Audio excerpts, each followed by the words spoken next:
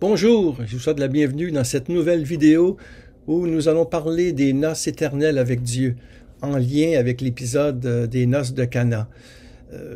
Souvent, on définit les gens par leur métier, leur profession. On dit qu'est-ce que tu fais ou qu'est-ce que tu es. Bon, souvent, on dit je suis professeur, ou bien je suis infirmière, je suis ingénieur. Eh bien, dans la Bible, Dieu est souvent présenté comme époux et comme père. Et ça me touche parce que moi aussi, souvent, quand on me demande qui je suis ou bien quand j'écris un article, bien souvent, à la fin, une petite biographie, ben j'écris Jean Gauthier, époux et père. Je suis époux depuis plus de 40 ans et père de famille aussi et grand-père. Eh bien, ce sont deux titres qu'on attribue à Dieu, l'époux et le père. Et l'époux, c'est ce qui nous amène aux noces de Cana. Mais le thème des épousailles, le thème de Dieu époux, du Dieu Père, ça traverse toute la Bible.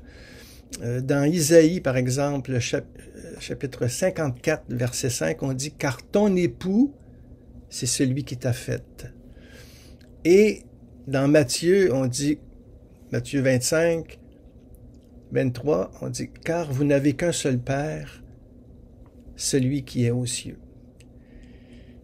C'est l'alliance, en fin de compte. C'est ce thème central qui traverse la Bible. Dieu fait alliance avec nous. Donc, il ne fait pas alliance seulement comme un patron ou un ingénieur ou... bon. Il fait alliance comme des époux. C'est ce que symbolise les noces de Cana aussi. Il fait alliance comme un père avec ses enfants.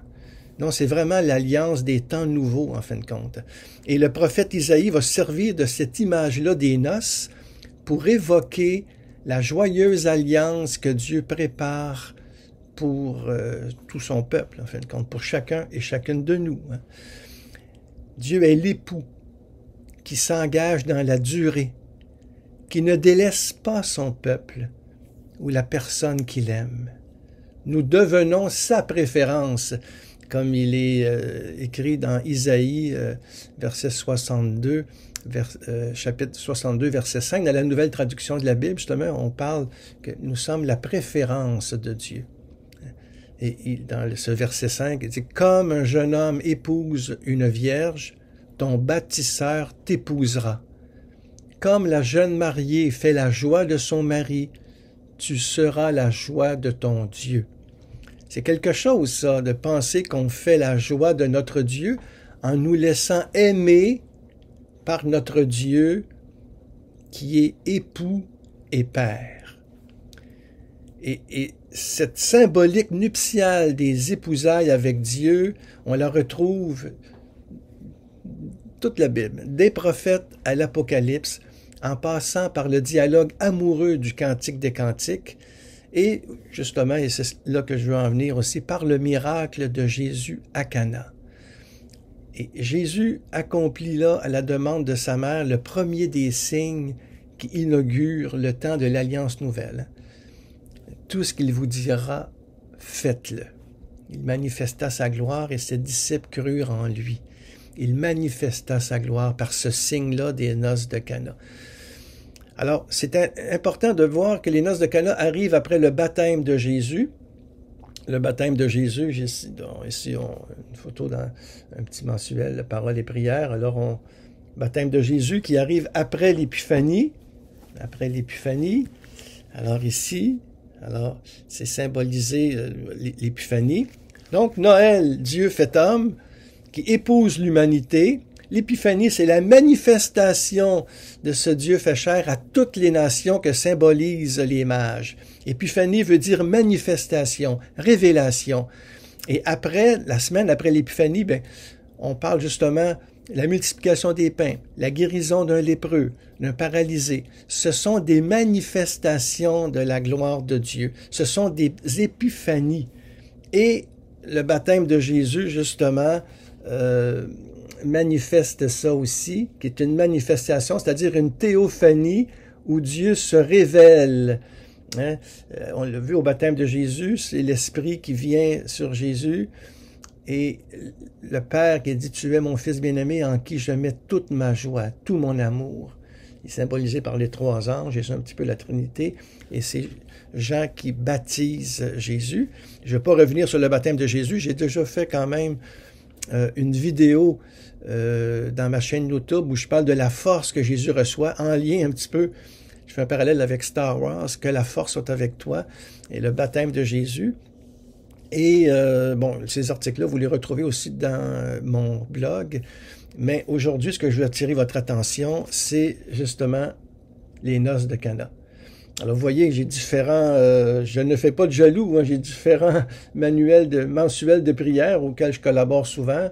Magnificat, paroles et prières, prions en Église. Ce sont des aides qui justement nous motivent, nous aident à approfondir la parole de Dieu, à la méditer.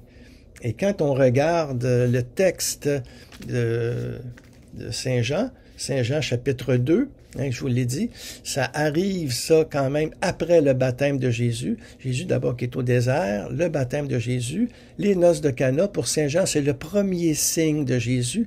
Et le premier signe pour Jean, c'est toujours un miracle qui signifie quelque chose de plus. Et ce premier signe-là, il le fait pour sa mère. Il le fait à la demande de sa mère, qui est notre mère aussi, Marie, hein, qui va dire à Jésus, ils n'ont plus de vin. Alors dans le texte, en ce temps-là, il y eut un mariage à Cana de Galilée. La mère de Jésus était là. Juste ce verset-là, c'est quelque chose. La mère de Jésus était là. Elle est invitée dans Cana, pas tellement loin de Nazareth. En fin de compte, ça se connaissait. C'est peut-être quelqu'un de la parenté qui est marié. Marie les connaissait. Et Jésus aussi est invité au mariage. Et Jésus va aller justement au mariage avec ses disciples pour célébrer l'amour humain. Jésus, c'est pas nécessairement un ascète coupé du monde qui passe son temps à jeûner et qui ne participe pas aux joies terrestres. Non, il est près des gens et ici on le voit qui va justement aller aux noces auxquelles il est invité. Et Marie connaît ça, le mariage aussi, parce que ça aussi, j'ai une belle icône ici, parce qu'elle était mariée à Joseph, Marie. Hein? C'est une très, très belle icône, ça, qui est exécutée par une iconographe russe qu'on retrouve dans la chapelle de la maison de prière de Troussure, qui est consacrée au mariage de Joseph et de Marie. C'est le père Caffarel qui avait demandé, et ça paraît dans son livre, « Prends chez toi Marie, ton épouse ». Le père Caffarel, j'ai écrit un livre sur lui, d'ailleurs, le père Caffarel, et l'oraison. Et alors, il ne faut pas oublier quand même que Marie et Joseph étaient mariés. Et dans ce mariage humain, c'est l'amour divin qui se manifeste aussi. Et c'est ça qu'on voit aussi. Alors, on manque de vin. Alors ça, c'est très important parce que souvent, le mariage pouvait durer une semaine, les célébrations dans ce temps-là. Et la mère de Jésus ne dit pas, par exemple, ah ben, ils ont assez bu, ou bien mon verre est vide. Non, non. Elle dit, ils n'ont plus de vin. Elle dit ça à Jésus. Donc, elle regarde son fils, et ils n'ont plus de vin. Et c'est Marie ici, là, vraiment, qui exprime un désir profond pour les mariés. Ils n'ont plus de vin. Et Jésus lui répond, femme, que me veux-tu? Mon heure n'est pas encore venue. Et sa mère dit à ceux qui le servaient, tout ce qu'il vous dira, faites-le. Femme, que me veux-tu? Ça nous donne l'impression que c'est un peu raide hein, comme parole. Ça me fait penser d'ailleurs à une histoire. C'est un garçon, comme beaucoup d'adolescents, il se levait très tard le matin. Et puis sa mère était un peu exaspérée, et puis elle lui dit, écoute, il faudra que tu te lèves plus tôt le matin. Ben, elle dit, écoute, maman, réveille-moi par une parole biblique. Et puis, il va me lever. Alors, le lendemain matin, sa mère va justement dans la chambre de son fils, puis elle lui dit, alors, jeune homme, lève-toi. Et puis, lui, il répond, femme, mon heure n'est pas encore venue. Disons, c'est une interprétation un peu terre à terre. Mais c'est juste pour vous dire que cette parole-là, elle est très, très, très profonde. Je vais y revenir parce que ça nous renvoie à la croix, à cette parole-là, femme. Bon. Et après ça, bon, ben, on dit dans le texte, Marie va justement dire, faites tout ce qu'il vous dira. Ça, c'est une parole qui s'adresse à nous. Marie dans ma vie qui est très présente. J'ai fait toute une neuvaine à Marie dans ma chaîne YouTube que vous pouvez suivre aussi pour mieux la connaître, pour mieux l'aimer. Et Marie nous conduit toujours à Jésus. Marie, c'est celle qui est heureuse parce qu'elle a porté la parole et elle la médite dans son cœur. Et c'est Marie qui dit justement « Faites tout ce qu'il vous dira ». Ça s'adresse à nous, cette parole-là. « Faites tout ce que mon Fils vous dira ». Méditez sa parole. Hein? Portez-la dans votre cœur pour rayonner de sa gloire à lui. Alors là, le texte continue. Il y avait 6 jarres de pierre pour les purifications. Puis là, Jésus dit, remplissez d'eau les jarres. Ils les remplirent. Et puis, bon, ils l'emportèrent et chacun goûta l'eau changée en vin. Ils ne savaient pas d'où venait ce vin. Alors le maître de repas appelle le marié, lui dit, tout le monde sert le bon vin en premier. Et lorsque les gens ont bien bu, on apporte le moins bon, mais toi, tu as gardé le bon vin jusqu'à maintenant. Tel fut le commencement des signes que Jésus accomplit. C'était à Cana, en Galilée. Il manifesta sa gloire et ses disciples crurent en lui. C'est une manifestation de la gloire de Dieu, ce miracle-là. Donc, c'est important de regarder un peu plus près le texte où il manifeste sa gloire et vu que c'est le premier des signes qui inaugure le temps de l'Alliance nouvelle dans les évangiles, eh bien, qu'est-ce que ça signifie, ça? En fin de compte, en changeant l'eau en un excellent vin, hein, Jésus nous donne un signe. Et ce signe-là, c'est que les temps d'abondance du Messie sont arrivés. La nouvelle alliance est arrivée. Celui qui est venu pour nous donner la vie en abondance, il est avec nous. Le royaume est déjà là. Hein? L'alliance nouvelle est offerte à tous. C'est ça que Jean veut nous dire. Et le prophète Osée va aller beaucoup plus loin. Lui, il va associer la fête du mariage à l'alliance de Dieu et de son peuple. Ça, c'est dans Osée, chapitre 2, versets 21-22. Je ferai de toi mon épouse pour toujours, je ferai de toi mon épouse dans la justice et dans le droit, dans la fidélité et la tendresse. Je ferai de toi mon épouse dans la loyauté et tu connaîtras le Seigneur. Alors c'est une très belle parole d'Osée, ça.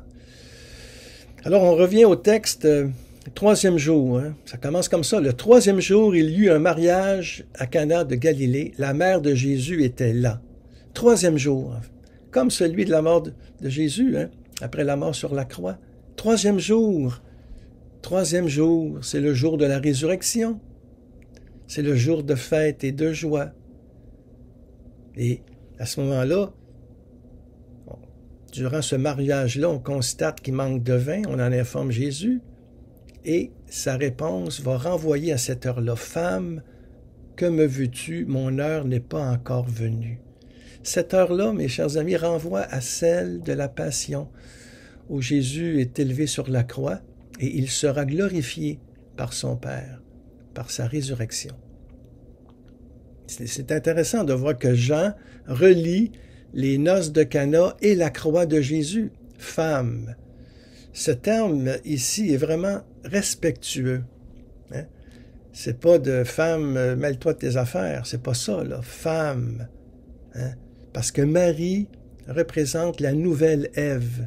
Elle est présentée comme la femme, la figure du nouvel Israël, la femme sans péché, qui est là au pied de la croix et qui nous est donnée comme mère. Voici ta mère, voici ton fils.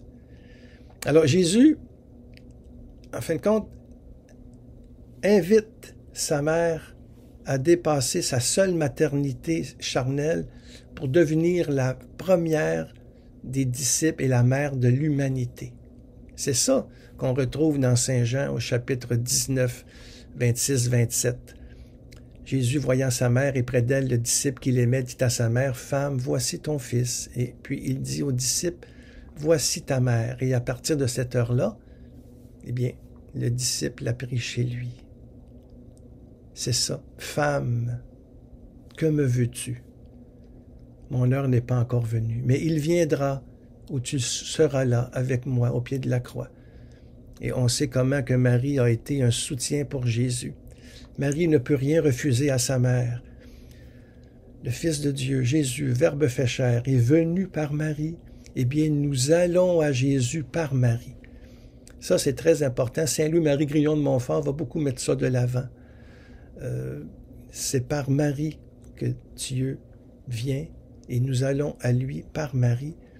Et Marie, c'est elle qui demande à son fils, ils n'ont plus de vin, le premier signe. Ce premier miracle est accordé à Marie parce que Jésus ne peut rien refuser à sa mère. Et Marie est là au pied de la croix et elle nous prend comme ses enfants puisque Jésus nous la donne comme mère. Alors c'est très important, je vais terminer là, que les noces de Cana symbolisent les noces du Christ avec l'humanité. Et ces noces-là sont scellées à la croix. Scellées vraiment à la croix une fois pour toutes. Il y a eu tant de bons vins à Cana que nous en buvons encore aujourd'hui à chaque Eucharistie. C'est ça aussi, ce vin-là, nouveau, qui déborde, ce vin qui ne s'épuise pas. Les jarres sont remplis, c'est l'abondance. Eh bien, ce vin nouveau, l'alliance nouvelle, ces épousailles avec le Christ, nous est donné à chaque Eucharistie. Heureux les invités aux noces de l'agneau. C'est ce que nous disons à chaque Eucharistie. C'est un banquet, c'est un festin, et déjà l'éternité est dans le temps, et que nous participons à ce que nous serons. Nous devenons ce que nous sommes en devenant le corps du Christ, et déjà les noces sont commencées, et la vie éternelle, elle est déjà commencée, parce que l'Eucharistie, c'est justement Dieu en nous, c'est le ciel sur la terre, c'est le vin, le pain en abondance. Cette vraie vie-là, la vraie vie de cette alliance nouvelle, elle est donnée, je dirais, à notre baptême, et c'est la vie même de Dieu. Cette vie-là ne s'arrête pas à la mort. La rencontre avec Dieu n'a jamais de fin. La rencontre avec Dieu, elle est aujourd'hui, en ce moment, pendant que je vous parle, pendant que vous m'écoutez. La vie éternelle est déjà commencée. À nous de faire de l'éternel avec le temps qui passe. Et je termine par une prière. Tout ce que je vous dis là, vous pouvez le retrouver dans mon blog, auquel vous pouvez vous abonner. C'est jacquesgauthier.com, c'est mon site web. Et dans le site web, il y a tous les articles. Et puis vous pouvez à ce moment-là méditer ce que je vous dis. Tout ça, c'est gratuit, bien sûr. Et puis vous vous abonnez comme vous voulez. Et même pas besoin de vous abonner si vous voulez. Et dans ma chaîne YouTube, eh bien aussi, plein d'autres vidéos où je vous partage ce Christ qui est venu pour que nous ayons la vie en abondance. Et c'est justement par cette prière que je veux terminer.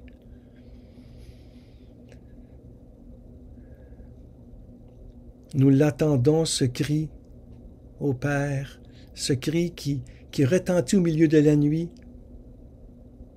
et qui réjouira nos âmes. Voici l'époux.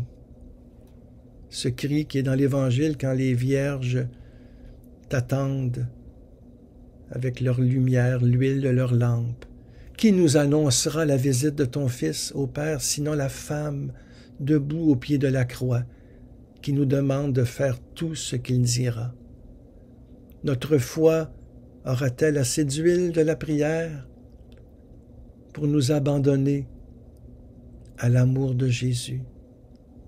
Oui, Jésus, nous avons revêtu ta parure. Introduis-nous dans ton alliance, comme aux noces de Cana. Parfume-nous de la joie de l'Esprit, ô toi qui changes l'eau en vin.